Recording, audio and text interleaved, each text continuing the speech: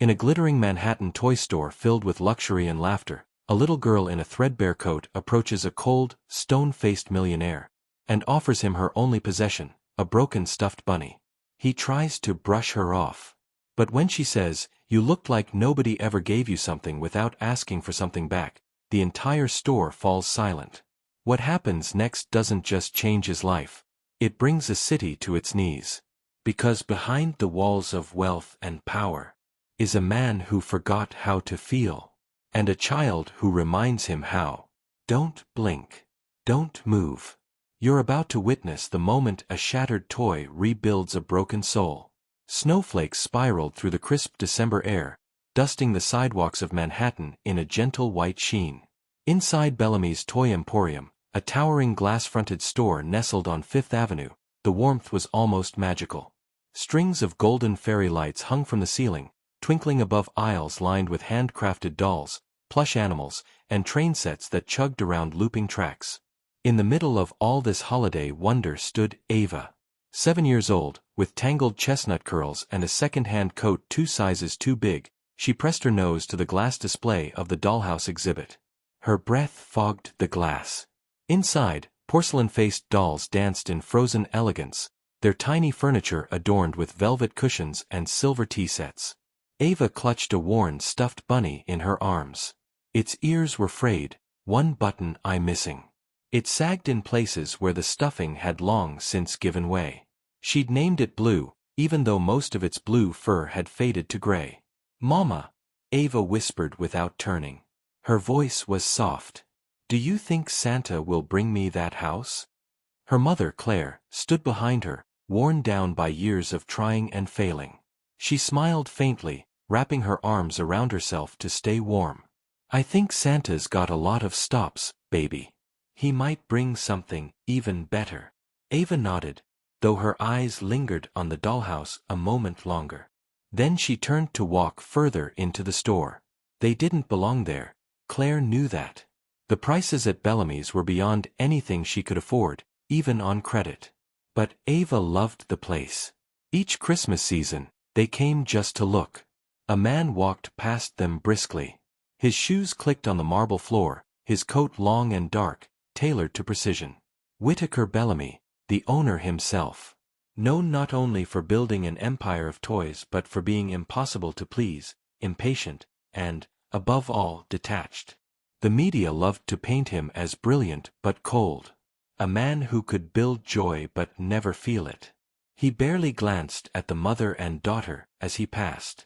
His attention was elsewhere, on the quarterly reports just delivered to his office upstairs, the upcoming board meeting, and the potential investor he didn't want to meet with that afternoon. "Excuse me, sir," Ava said suddenly, stepping into his path. Bellamy stopped mid-step. His expression tightened as he looked down at the child. "Yes." Ava held up her stuffed bunny. Its head lolled to the side, the stuffing barely holding together at the neck. "It's for you," she said, smiling. He stared at it, then back at her. "What?" Claire's heart skipped. "Ava." "No, sweetheart, come back here." But Ava didn't move. She held out Blue with both hands. "You looked sad," she said simply. "So I thought maybe you needed a friend." The moment hung suspended in time. A few nearby shoppers turned to look. One of the cashiers paused mid-scan. Bellamy looked at the bunny, dumbfounded. "This is yours." "Aha," Ava nodded. "But I can share." "You can have it. It helps when I'm scared or tired. Or lonely." His jaw twitched, but his face gave little else away. "Why would you give it to me?" "Because you looked like nobody ever gave you anything without asking for something back." The words struck him harder than she could have known. He looked away, then back at her. "I don't need your toy." Ava's smile dimmed. "That's okay. You don't have to need it. It just wants to help." Claire stepped forward, placing a hand on Ava's shoulder. "I'm sorry, sir." She didn't mean to bother. But Bellamy raised a hand, silencing her. He knelt slowly, so he was eye level with the girl. She had freckles scattered across her nose, and her eyes were bright, innocent, completely unaware of how strange this moment was. He reached out, and to everyone's shock, took the bunny. It felt wrong in his hands. Soft, frail, warm. Not like the glass and metal he was used to. He stared at it. "I'll keep it," he said, almost unsure why he said it at all. Ava beamed. "Good. His name's Blue. He gets scared of heights, but he likes being sung to." Then she turned back toward her mother and skipped away, humming. Bellamy stood there, still holding the stuffed animal, his hand tightening involuntarily around it. And that was when the glass doors to the store burst open with a gust of wind, and a tall, silver-haired man in a cashmere coat entered.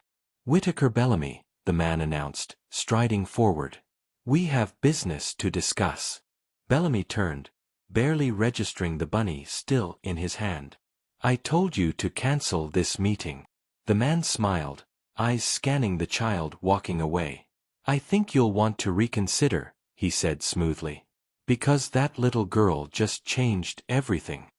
The silver-haired man removed his gloves as he walked deeper into the store. His presence was commanding, his coat perfectly pressed, shoes spotless despite the slush outside. Shoppers instinctively moved aside. Even the manager, who had seen celebrities come and go, seemed unnerved. Whitaker Bellamy watched him with a wary gaze. The bunny, Blue, still dangled awkwardly from his hand. He'd forgotten he was holding it. "Mr. Bellamy," the man said again, softer now, extending a hand. "Jonathan Carr. I believe your assistant tried very hard not to schedule me." Whitaker didn't shake it. "She was acting on my instructions." Carr smiled anyway. "Understandable. I wouldn't want to meet me either, if I were in your shoes." A long pause. Bellamy turned slightly, nodding toward his office at the top of the winding staircase near the back of the store. 5 minutes. That's all. Carr didn't wait for a second offer. He followed, his polished leather steps echoing on the marble. As they ascended, Bellamy noticed Claire and Ava lingering near the train sets. Ava had gone back to watching the miniature locomotives glide along their tracks, utterly unbothered. Claire, though, glanced up and locked eyes with him for a split second, her expression unreadable but cautious. In the office, Carr wandered to the large window overlooking the sales floor. "You've built quite the kingdom," he said. "Yet you look like a man trapped in it." Bellamy ignored the jab. "You have 4 minutes." Carr turned around. "I represent a foundation. One that funds humanitarian efforts. Education, housing, medical care. We don't often approach corporate partners, but yours is an unusual case." "I don't do charity PR." "We're not looking for publicity," Carr said, stepping closer. "We're looking for someone with reach. Someone who, perhaps despite appearances, hasn't forgotten how it feels to be powerless." Bellamy scoffed. "You think a toy magnate is the key to saving the world?" Carr gestured to Blue, still in Bellamy's grip. "No. But that girl downstairs thinks you're capable of kindness. And that makes you dangerous, to the version of you who's built walls so high no one remembers why they went up." Bellamy placed the bunny on his desk, his expression hardening. "What do you want?" Carr lowered his voice. "That child, Ava. Her mother works 2 jobs. They live in a shelter on 41st. 2 weeks from now, that shelter loses its lease. Do you know what happens next?" Bellamy said nothing. Carr continued, "You could fix it. Quietly. Without fanfare. Or you could pretend you didn't hear this, and sleep just fine." "I don't know them," Bellamy said coldly. "But they know you. Or at least, the version they believe in. A girl gave you the only thing she had because she saw someone worth trusting. That doesn't happen in this city." Bellamy moved behind his desk, sitting with mechanical precision. "Your time is up." Carr didn't push. He adjusted his coat, nodded once, and headed for the door. Just before stepping out, he paused. "By the way, that bunny, its stitching is pulling apart at the neck. If you're planning to keep it, I'd have someone repair it. Otherwise, it might not survive much longer. Then he left. The office door clicked shut behind him. Bellamy stared at Blue on his desk. One of its threadbare ears drooped off the edge. Something about the toy felt heavier now, like it carried weight far beyond what its fragile form could explain. Downstairs, Ava and Claire were preparing to leave. Claire had managed to steer her daughter toward the exit after much pleading. Ava looked over her shoulder once, searching for the man she'd given her bunny to. He wasn't there. As they stepped out into the cold, Claire reached for her daughter's hand. "You know, sweetie," she said gently, "sometimes people don't know how to say thank you." Ava smiled up at her. "That's okay. Blue doesn't need thank yous. He just needs hugs." Inside the office, Whitaker Bellamy stood once more. He reached into a drawer and pulled out a small leather case. Inside, a sewing kit. One he hadn't used in decades. His hands were clumsy. The needle shook. Threading it felt impossible. He jabbed the needle into the bunny's neck, trying to pull it through where the seam had come loose, but his hand slipped. The needle pricked his finger, and a small drop of blood welled up. He swore quietly, wrapping the finger in a tissue. And then he stared at the bunny again, angry now, not at it, but at himself. He hadn't sewn anything since he was a boy. Since his mother. The thought broke off. He slammed the drawer shut. The sun had set. The toy store sparkled under golden light, full of laughter and joy. But Whitaker stood alone, in silence, staring out the window. And below, on the sidewalk, Jonathan Carr lingered near the corner, watching the emporium. His phone buzzed. A voice answered on the other end. "Did he take the bait?" the voice asked. Carr's eyes narrowed. "He took the bunny," Carr said. He hung up. That night, the city buzzed with its usual orchestra of sounds, sirens humming in the distance, horns honking through traffic, wind brushing past high-rise windows. But in the penthouse apartment atop Bellamy Tower, Whitaker lay wide awake in bed, staring at the ceiling. He had taken Blue home with him.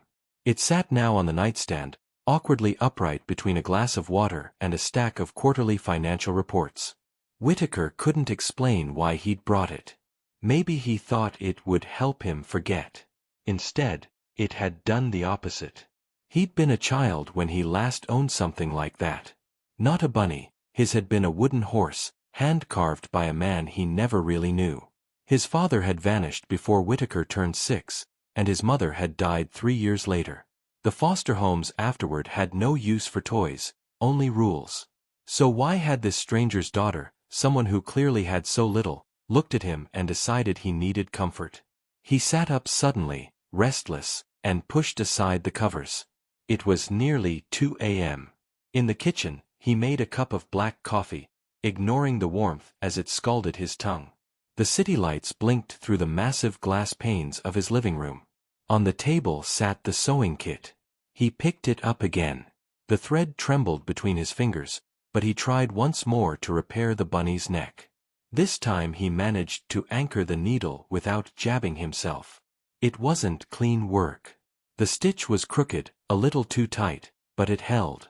And for some reason, that made him feel something he couldn't name. He stared at the repaired bunny for a long time. Then he picked up his phone and dialed. "Cynthia," he said when his assistant answered groggily, "I need a file on a woman named Claire Ridley. Daughter's name is Ava. Cross-reference shelters, last known employment, anything that shows financial or medical hardship. Priority 1. Sir, it's 2 in the morning. Then you'd better start now," he said. He hung up. Whitaker didn't sleep after that. By morning, Cynthia had emailed a full report. Claire Ridley, 32. Formerly worked in retail, then in a cleaning service.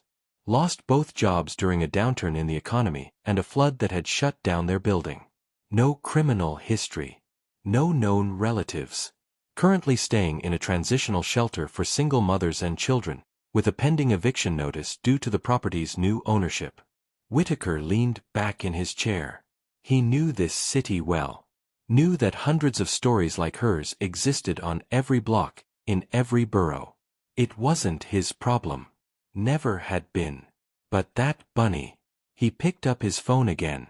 "Get me Car," he said. 5 minutes later, the call connected. Car's voice came through calm and precise. "I wasn't expecting to hear from you so soon. You said the shelter was closing." "Why?" Carr didn't gloat. "Private developer. Property taxes soared. The non-profit couldn't keep up. Happens every week in this city." "How much?" $1.6 million to clear the debt and secure the lease another 5 years. Maybe more, if you want renovations. Whitaker was quiet. Carr said nothing, waiting. "You'll have it by the end of the day," Whitaker finally said. He ended the call without giving Carr a chance to respond. By noon, a wire transfer was completed. An anonymous trust was listed as the donor. Within hours, the shelter received confirmation. The property was secure, no one would be evicted.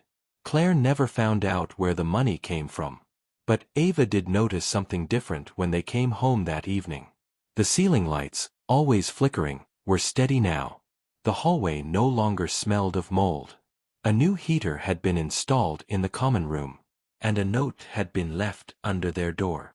It was handwritten. In neat, unfamiliar penmanship, it said, "Thank you for the loan. Blue is safe.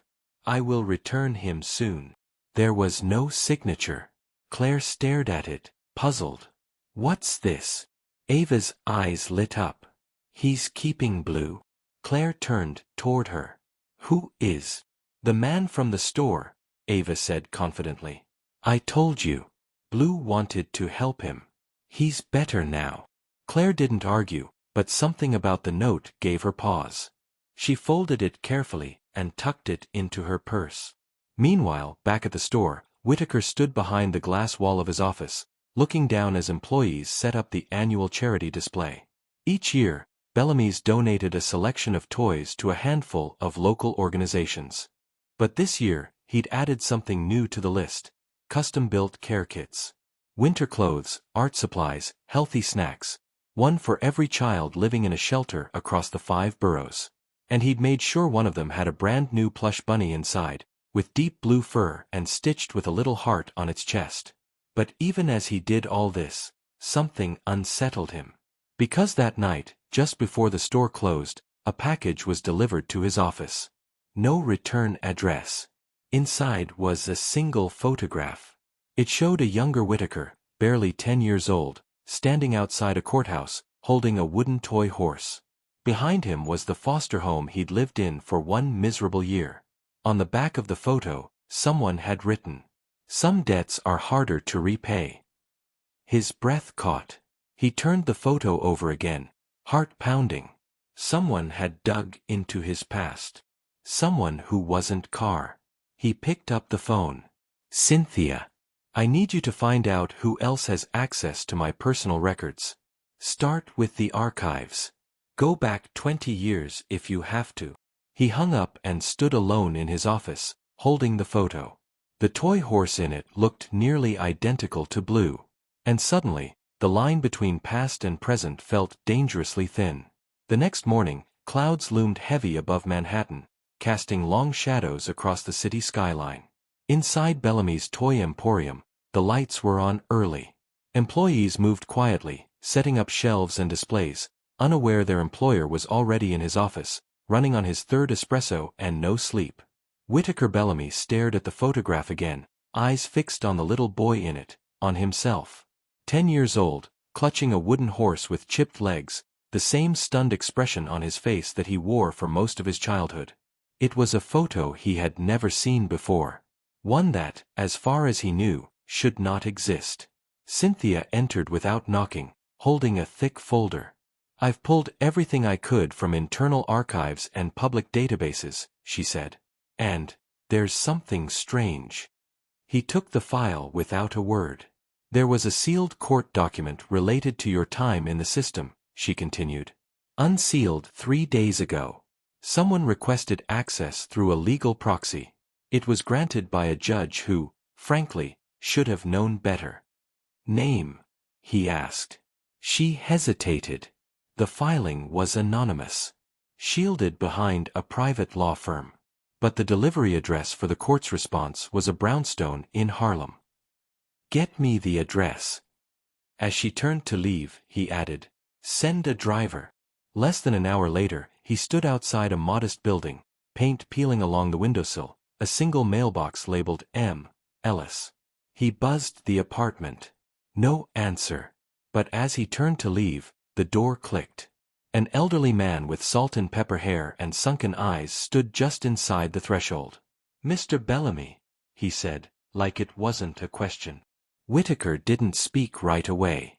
His eyes scanned the man's face. Something about him triggered an instinct. Familiarity without clarity. "I received something," he said finally. "A photo. Of me. As a child." The old man nodded slowly. "Come in." Inside, the apartment smelled faintly of cedar and old books. The living room was small, neat, the walls lined with shelves of paperbacks and framed black and white photographs. The man poured 2 cups of coffee and gestured for Whitaker to sit. "I'm Marcus Ellis," he said. "You won't remember me. But I was your caseworker. Briefly. After your mother died." Whitaker blinked. "That's not possible. I never met a Marcus Ellis." "You met too many people to remember them all. But I remember you." His voice was firm, steady. "You were the quiet one. Never cried. Never spoke unless asked. You held on to that toy horse like it was your heart stitched together." Whitaker said nothing. Marcus leaned back. "I followed your life from afar. Never reached out. Didn't think I had the right. Until I saw what happened in your store." "You were there." "No. But someone I know was. Someone who saw a little girl give you her only possession. And saw you accept it." Whitaker's jaw tensed. "Why send me the photo?" "Because you needed to remember. Before you forget completely what it felt like to be small. To be seen. That girl saw you, Mr. Bellamy. And I think it terrified you." Whitaker stood. "If this is about guilt." "It's not," Marcus said sharply. "It's about course correction." There was a pause. Then Marcus reached into a drawer and pulled out a box. Inside was a stack of yellowed folders, his old case files. One bore the name Bellamy, Whitaker. "I wasn't supposed to keep these," Marcus said. "But I did. I thought, someday you might want to know the truth." Whitaker's hands hovered over the folder. His fingers didn't move. He wanted to open it. But part of him was afraid. Instead, he asked, "Why now?" Marcus looked him in the eye. "Because the girl gave you a gift you don't deserve. And you didn't throw it away." That night, back in his penthouse, Whitaker sat with the folder unopened beside him. Blue sat upright on the coffee table, stitched neck slightly bent. On impulse, Whitaker picked up the phone again and called the store. "Have the Ridley girl come in tomorrow," he told the manager. "Tell her she's won a special prize. Don't mention me." The next afternoon, Ava returned with her mother. The manager handed her a large wrapped box and told her she'd been chosen in a secret raffle. Inside was a custom dollhouse, hand-painted, carved with the name Ava above the front door. And sitting on the miniature porch was a replica of Blue, fully restored. Ava's face lit up. Claire looked stunned. We didn't buy any tickets. We didn't enter anything." The manager only smiled. "Some children don't have to." But even as the Ridleys walked out, joy in every step, Whitaker felt the weight of the file still on his desk, unopened. And then he got a call. It was Cynthia. "There's someone in the lobby," she said. "She won't give a last name, but she says she knows you. Claims she worked with your mother." Whitaker froze. "My mother died 30 years ago," he said. "I know, sir," Cynthia said. "But this woman, she brought a photo." He arrived in the lobby in under a minute. Standing near the revolving doors was a woman in her 70s. Her gray hair was braided back, her posture straight. When she saw him, she smiled, a bittersweet smile, as if looking at a ghost she thought she'd never see again. From her coat, she pulled a small envelope and held it out. Inside was a photograph of a woman in a diner uniform, holding a baby with dark hair and pale blue eyes. His mother. And him. The woman said softly, "Your mother used to say you had eyes too old for your age. Like you'd already seen the whole world and knew how hard it could be." Whitaker's throat tightened. "Who are you?" Her eyes glistened. "I was her friend. Her only one. And I promised her that if I ever saw you again, I'd tell you something she wanted you to know." He stared at her. She reached for his hand, placed something in his palm. A silver locket, scratched and tarnished. "She never got to give it to you. Said it was for the day you stopped hiding from the world." Whitaker opened the locket. Inside was a photo of his mother. And a message etched in faint script. "For Whit. You were always enough." The lobby faded around him. He closed his eyes. And for the first time in years, he felt the walls inside him shift. The snow fell heavier that night, blanketing the city in soft silence. Street lamps cast halos across the sidewalks. Inside his penthouse, Whitaker sat on the floor for the first time in decades, legs folded beneath him like a child, a blanket draped over his shoulders, the silver locket resting in his open palm. The photo of his mother stared back at him, worn and faint, but unmistakable. He traced the words with his thumb. "You were always enough." In the corner, Blue sat beside the sewing kit and the still unopened case file. He reached for the file. The first page bore the court seal, followed by a report of his transfer between foster homes. There were notes from social workers, some kind, some clinical, some cold. One paragraph stood out, written in a woman's looping script. Subject exhibits signs of emotional dissociation but remains highly observant. Shows strong attachment to a wooden toy horse. Refuses to speak during interviews, except when asked about his mother. He kept reading. One entry, dated the week after his mother's funeral, hit like a punch to the chest. Child asked if he could be returned to his mother. When told no, he asked, "What if I wait long enough?" He hadn't remembered saying that.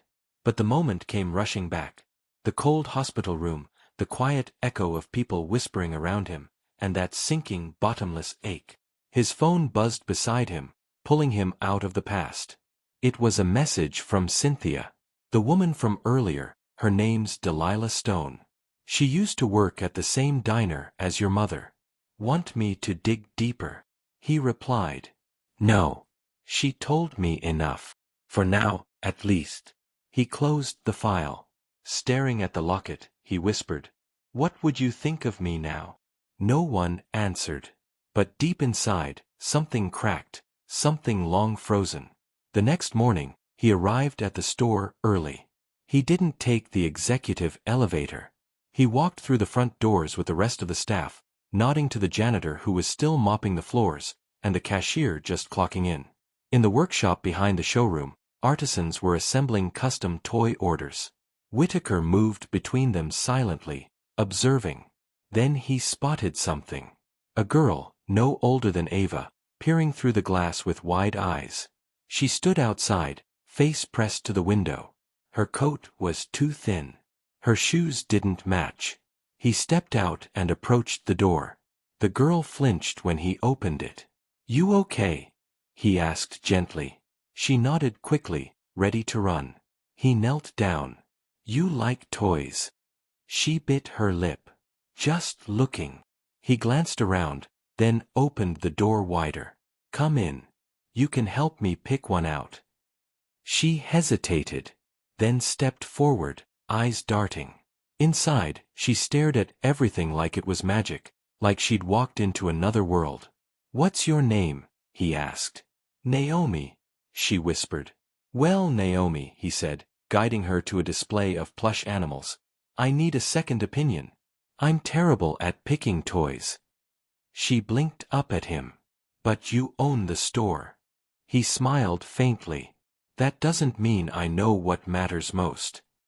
She pointed to a ragged-looking elephant with crooked ears. "That one," she said. "He looks like he needs a friend." Whitaker picked it up. "Then he's perfect." Naomi left with the elephant clutched in her arms and a quiet smile that stayed long after she disappeared down the sidewalk. Inside, Whitaker returned to the office. This time, he picked up the phone with purpose. "Cynthia, I want to set up a new division. Not for profit. I want every child that walks past this window and can't afford a single thing to walk away with something in their hands. A toy, a coat, a backpack, something real." "Sir?" she asked, caught off guard. "That'll be a massive investment." "I know. And what will we call it?" He glanced at the repaired bunny beside his desk. "Blues List," he said. Silence. Then, "I'll get started." Over the next week, word spread across the city, not in headlines, not in press releases, but in whispers between shelter volunteers and school counselors and exhausted parents. Bellamy's was giving out toys. No catch. No cameras. Just hope. Claire Ridley heard about it from a neighbor. She didn't believe it at first, until Ava came home from school with a flyer passed along by a teacher. It had a drawing of a blue bunny in the corner. And at the bottom, in simple type, it read, "For every child who ever gave more than they had, you are seen." Ava clutched the flyer. "Blue's famous now," she said proudly. Claire stared at the paper, feeling something shift in her chest. "Looks like he started a movement." Meanwhile, Whitaker visited the shelter one evening under a false name. No driver, no suit. Just a simple coat and gloves. He walked among the children, passing out gifts, saying little. Until he found Ava again. She was in the common room, drawing with crayons, the replica of Blue beside her. She looked up and smiled. "Hi again." He knelt down. "I fixed him." "I know," she said, matter of fact. "He told me." Whitaker blinked. "He did." She nodded. "He said you were scared. But you're not anymore." He looked at her, trying to understand how such a small voice could carry such truth. Then Ava leaned forward, wrapping her arms around his neck. "Thank you," she whispered. He closed his eyes. And for the first time in years, hugged someone back. Just as the snow outside turned to rain. But inside, the warmth never left. The following week, winter tightened its grip on New York. Icicles clung to fire escapes. The streets hissed under salt and slush. Inside Bellamy's, the toy aisles buzzed with quiet activity, but the real work happened in the back, where Blue's List had taken over the workshop like a secret army of kindness. Each night, Whitaker stayed late. Sometimes until midnight. Sorting inventory. Reading letters. Personally packing boxes with donated coats and handmade toys. His hands had grown steadier since he first tried to repair Blue. He now stitched like someone relearning a language he once forgot. But one night, as the store emptied and the snow piled higher outside, something strange happened. A single letter, unmarked, not part of any official drop-off, appeared on his desk. No name. No address. Just folded paper with faint creases. He opened it. The handwriting was jagged and unsure, written in pencil. "Mr. Bellamy. You don't know me, but I know you. I was in the same home as you for 3 weeks. Back then, you had that horse. I stole it once, and you punched me. Hard. I deserved it. I've never forgotten. When I saw you on the news a few years ago, I told people I knew you. They laughed. Said you were too rich to come from the kind of place we did. But last week, a truck from your store showed up at my kids' shelter. And inside was a box with a wooden horse in it. It looked just like yours. I don't know if you meant to send it, but if you did, thank you. I never had the guts to apologize. So here it is. I'm sorry I stole your horse. T. Whitaker reread it 3 times. He remembered the boy now. Barely, but enough. Red hair. Nervous eyes. A broken tooth from a street fight before they were both moved again. He hadn't thought of him in decades. But the letter. He stood suddenly, walking toward the far end of his office, where an old wooden trunk sat beneath the window. Inside was a collection he never displayed. Prototypes. Rejected designs. Toys that never made it to the shelves. He dug through until he found a small wooden horse, nearly identical to the one he'd lost long ago. He ran his thumb along its back, then quietly set it aside. That night, he didn't sleep. Instead, he called the printer and had 500 cards made, each bearing only 5 words. You were never forgotten. W. They were tucked quietly into every Blues List package sent from then on. No one ever asked where they came from. But word spread. At shelters, kids clutched those cards like secrets. Social workers cried when they opened them. Parents pinned them to walls above borrowed beds. And the more Whitaker gave away, the lighter his heart felt. But something still gnawed at him. Something unspoken. Something unfinished. The file Marcus Ellis had given him, he hadn't read it all. Not yet. One evening, he poured himself a whiskey and opened it again. Near the back, a letter had been clipped to a court report. It was handwritten. Dated July 3, 1995. Addressed, to whoever ends up raising my son. His hands froze. It was from his mother. If you're reading this, I'm gone. Please forgive me for not living long enough to raise him. Whitaker is not like other children. He listens when no one speaks. He remembers everything, even the things he shouldn't. He carries too much weight for a boy his age. Please don't let him think love must be earned. Please don't let him grow into a man who forgets how to feel. He's more than sharp. He's good. He just doesn't know it yet. Whitaker dropped his face into his hand, gripping the edge of the desk with the other. The words swam before his eyes. He sat like that for a long time. Then he folded the letter carefully and placed it inside the silver locket. It fit perfectly. A week later, Bellamy's shut down for an entire day. The public didn't know why. Employees were paid, told to enjoy a day off. No press release followed. But that day, inside the store, a small ceremony was held. A plaque was unveiled at the back of the shop, beneath a new playroom named Ava's Corner. The plaque read, "For those who gave everything, even when they had nothing. Kindness builds kingdoms." Claire and Ava were invited, though they didn't understand why at first. Ava spent most of the day playing with other children, while Claire stood off to the side, trying not to cry. Whitaker approached her quietly. "You've given me more than you'll ever know," he said. Claire turned, stunned. He held out something.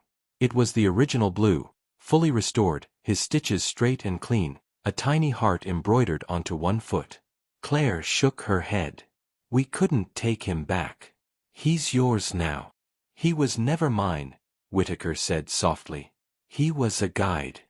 He brought me home." She accepted it with trembling hands. Ava, across the room, spotted him and came running. "Blue!" she cried, hugging the bunny tight. Then she looked up at Whitaker. "You're smiling now." He knelt.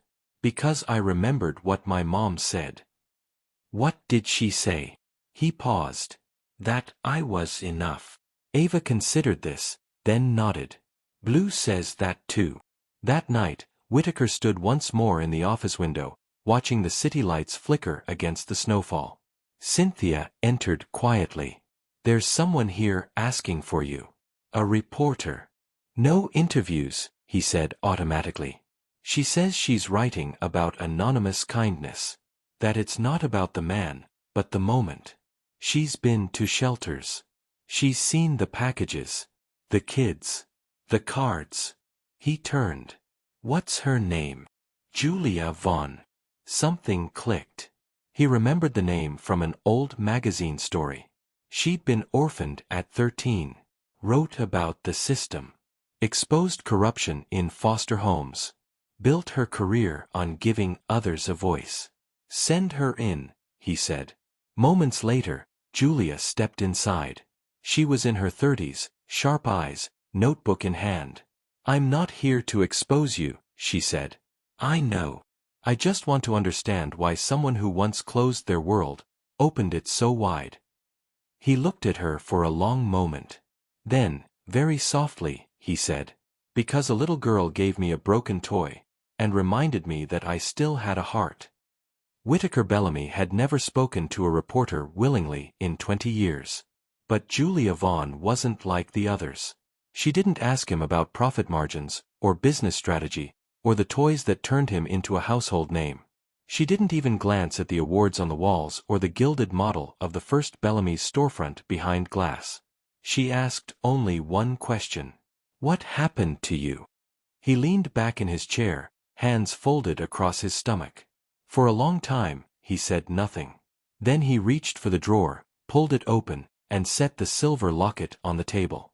"My mother worked 2 jobs, he began. "She never got a break. But she made everything feel like magic anyway.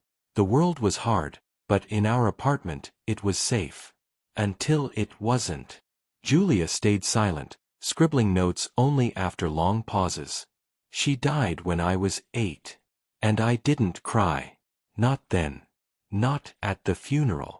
Not the day they took me to my first foster home. I thought if I stayed still enough, quiet enough, maybe time would rewind." He glanced out the window. "It never did." She spoke softly. "The wooden horse?" He gave a faint smile. "It was her last gift to me. Said it came from a man who loved horses. Might have been my father. Or a stranger at the bus stop. She never said. I kept it through 6 foster homes, a dozen caseworkers, and 1 really good punch." Julia chuckled gently, recognizing the reference to the letter from T. Whittaker continued, "I grew up thinking love had to be earned. That kindness had terms. So I built something no one could take away. Not the state. Not poverty. Not grief. And did it work?" "No," he said, with more honesty than he expected. "Because no empire fixes what breaks inside you. It only hides the cracks." He paused, looking at her. "A girl gave me a stuffed animal with 1 eye and no stuffing in its neck. And when I asked why, she said, 'You looked like nobody ever gave you something without asking for something back.'" His voice nearly cracked. Julia's pen stilled on the page. "And I couldn't remember a single time that had happened. Not once. Until her."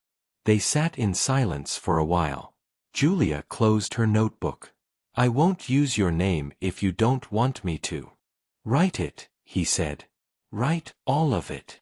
She nodded. That evening, her article went live. The headline, "The Man Who Received a Broken Toy and Rebuilt a Broken City." The piece spread like wildfire. Not because of marketing or influence, but because people felt it. Within 48 hours, letters poured in to Bellamy's from around the world. Handwritten notes. Crayon drawings from kids. Packages from strangers who'd kept their own beloved toys far too long. A boy in Iowa sent his last comic book, saying, "Maybe someone else needs to laugh more than me." A girl in Georgia donated her teddy bear, whispering on video, "He helped me when I was scared. Maybe he can help someone else now." Shelters began to overflow, not with need, but with gifts. And then came the letters from adults. Grown men who hadn't cried in years. Women who'd never told their childhood stories. People who'd buried their past, now digging it up, gently, carefully, because somehow it felt safe to do so. They signed their names. Or didn't. Many simply wrote, "You reminded me I matter. I never had a blue, but now I want to be someone else's. Thank you for showing me that broken things can still give love." Whittaker read every letter. He stayed late in the store each night, answering what he could, sorting what he couldn't. One night, he found a small brown package with no return address. Inside was an envelope. It was a bill. From a hospital. Dated 1995. He stared at the name, Sarah Bellamy. His mother. His breath stopped. The charges listed totaled $837. A scribbled note was attached. She tried to pay. She couldn't. So we forgave the debt. But we never forgot her. On the back of the bill, someone had written, "Her son became something she would have been proud of." His hands trembled. He took the bill home, framed it, and placed it beside the first prototype of the wooden horse. Ava came back to the store the following weekend. She walked in like she owned the place now. Claire trailed behind her, wearing a coat donated anonymously, one Whitaker had personally picked from a rack. Ava ran up to him, breathless. "Blue's ear is loose again." He knelt. "That happens when you love something a lot. Can you fix it?" He gave her a look. "Can I fix it? Who do you think stitched him the first time?" She giggled. He took the bunny, brought it to the back room, and carefully tightened the stitch with golden thread. When he returned, Ava hugged the bunny, then hugged him. "Did you get any more letters?" He smiled. "Stacks. From who?" "From people just like you, who gave the best part of themselves away, even when it hurt." Ava nodded. "That's what Blue does." As she walked away, bouncing to the rhythm of a song only she could hear, Whitaker looked around his store. It felt different now. Not a kingdom. A sanctuary. A place where giving wasn't a strategy, but a statement. That night, Claire lingered behind. "Can I ask you something?" she said. "Of course. What made you do all this? Really?"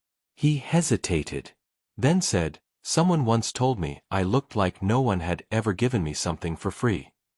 Claire smiled. "Then I guess it's your turn to give like it doesn't cost you anything." He nodded. But he knew the truth. It had cost him something. His silence. His distance. His armor. But what he got in return was everything he'd lost. And more. The city glowed beneath a sky of falling snow and holiday lights, but inside Bellamy's, a different kind of brightness filled the store. It wasn't the glitter of decorations or the gleam of polished shelves.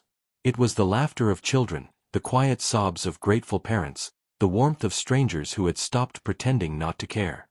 Word of Blue's List had spread far beyond New York. It crossed bridges, boroughs, then state lines. Letters arrived daily, some in neat script, others in shaky handwriting or covered in stickers and glitter.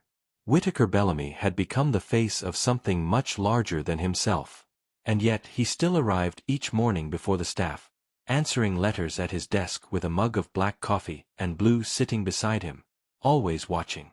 One letter, postmarked from a women's prison in Pennsylvania, caught his eye.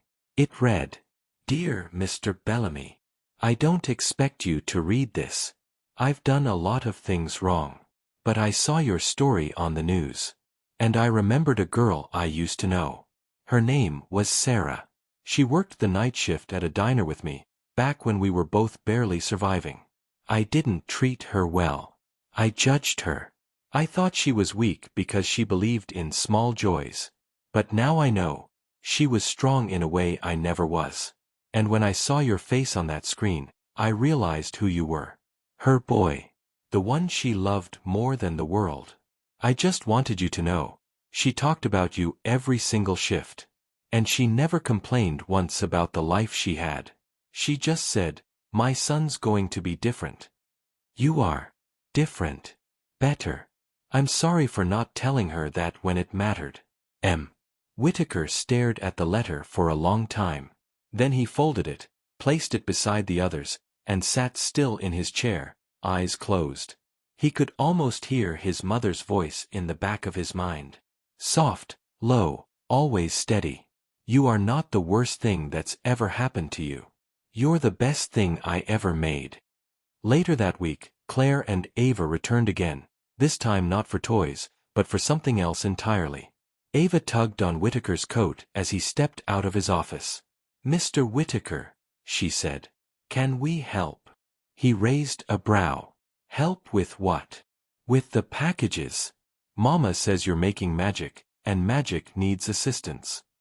Claire stood behind her, smiling gently. "She's serious," Claire said. "We don't want to just receive. We want to give." Whitaker looked between them, then nodded. He led them to the workshop, where Blue's List was in full swing. Volunteers folded blankets, sorted books, packed boxes.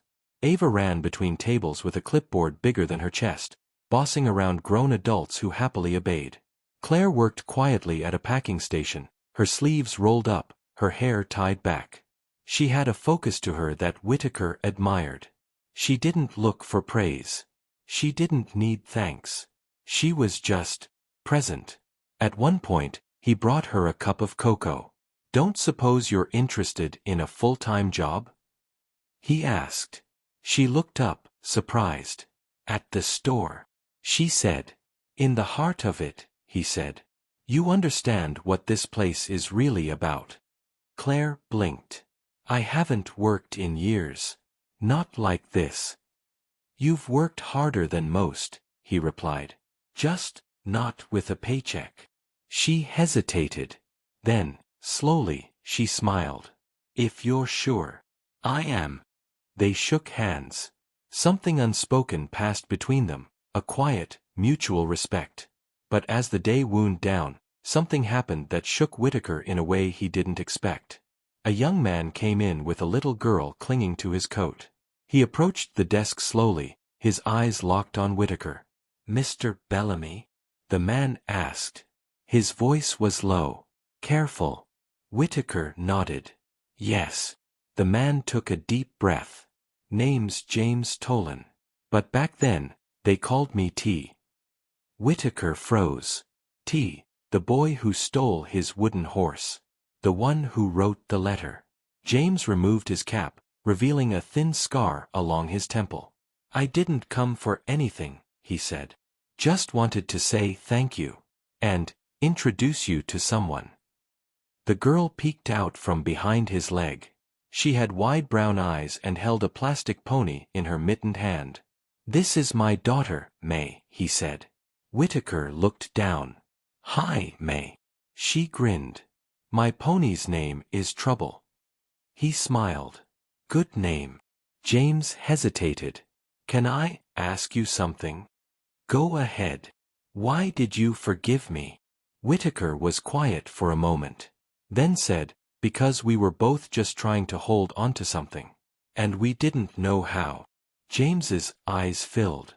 Whitaker stepped forward and held out his hand. James shook it, firm, honest, shaking just a little. They stood in silence. Then May tugged on James's sleeve. "Daddy, can we give Mr. Bunnyman my extra blanket?" Whitaker laughed. "Bunnyman." James rubbed the back of his neck. "She's been calling you that ever since she saw the toy drive on TV." May handed him a tiny pink fleece blanket. "For a kid who needs it more," she said. "I got two." Whitaker took it gently. "Thank you," he said. "That means more than you know." Later that night, as he locked the store, Whitaker placed the blanket in a special bin marked Emergency Comfort Kits. It was the last one packed that day. Outside, the city lights sparkled through falling snow. In his office, Whitaker placed T's name on a new list, a small, private document titled People Who Came Back. The names were few, but growing. And with each one, he felt more whole. It had been a month since the letter avalanche began. A month since Blue's List had turned from a quiet side project into a nationwide movement.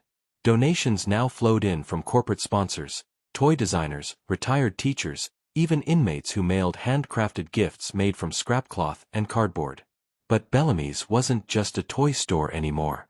It had become something else, a place people brought their brokenness to in the hope that it might be turned into something beautiful. One evening, after the last of the customers left and the main lights dimmed, Whitaker stood in the grand atrium of the store. The snow outside fell in heavy sheets, tapping gently on the glass dome above his head. Around him, silent shelves stood like faithful sentries, their toys neatly tucked in, as if sleeping. A familiar voice called softly from behind him. "Mr. Bellamy?" He turned.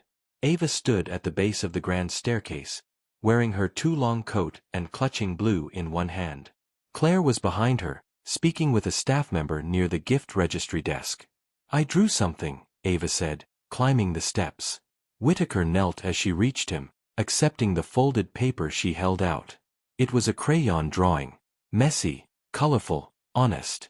It showed a tall man in a suit with a big heart on his chest, stitched just like Blue's.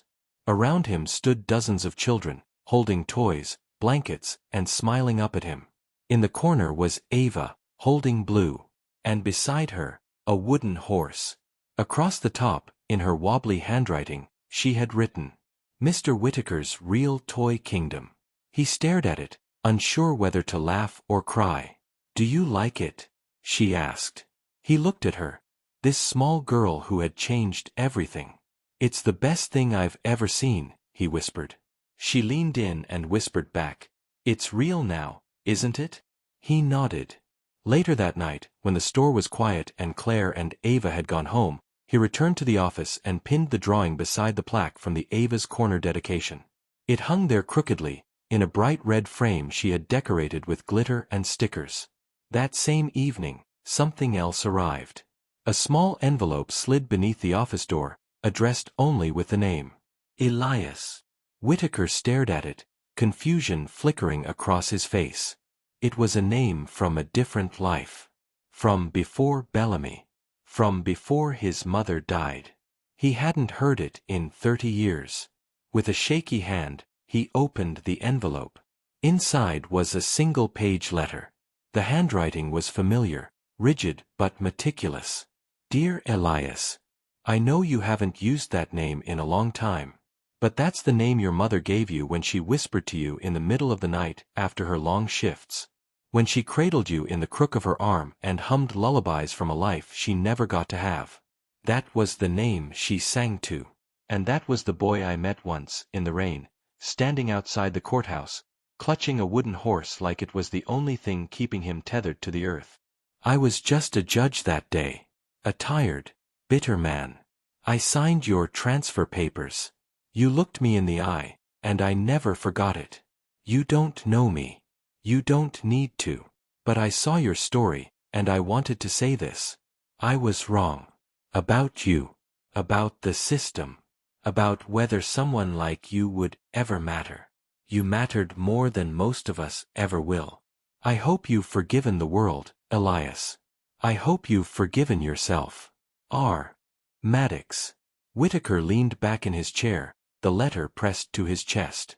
The name Elias felt distant, but sacred, like the roots of a tree he thought he'd cut down, only to find its heart still alive beneath the soil. That night, he made a decision. The following morning, the world woke to a full-page announcement in the Sunday edition of the New York Times. A letter, signed not by Whitaker Bellamy, but by Elias Whitaker Bellamy.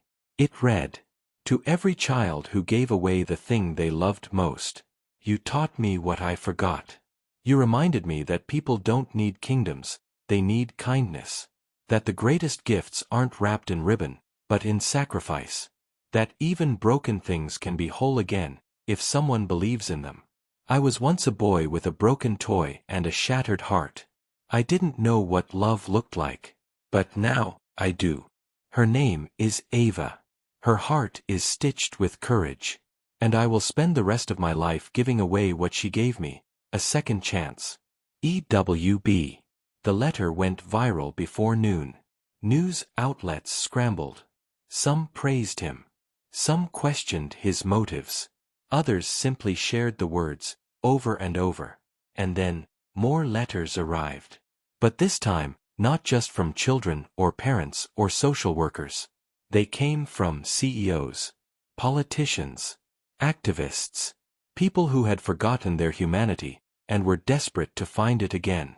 One woman, the head of a global tech firm, sent a letter with just 6 words. "Tell the girl she saved me." Another arrived from a Wall Street executive who enclosed a check for $500,000 with the note. "I haven't cried in 20 years. Now I can't stop." By the end of the week, Blue's List had become an international initiative. The first branch opened in Chicago. then Atlanta, then London, each with a tiny blue bunny stitched into its logo. But at the heart of it all, Whitaker stayed grounded. He still walked the aisles every morning before opening.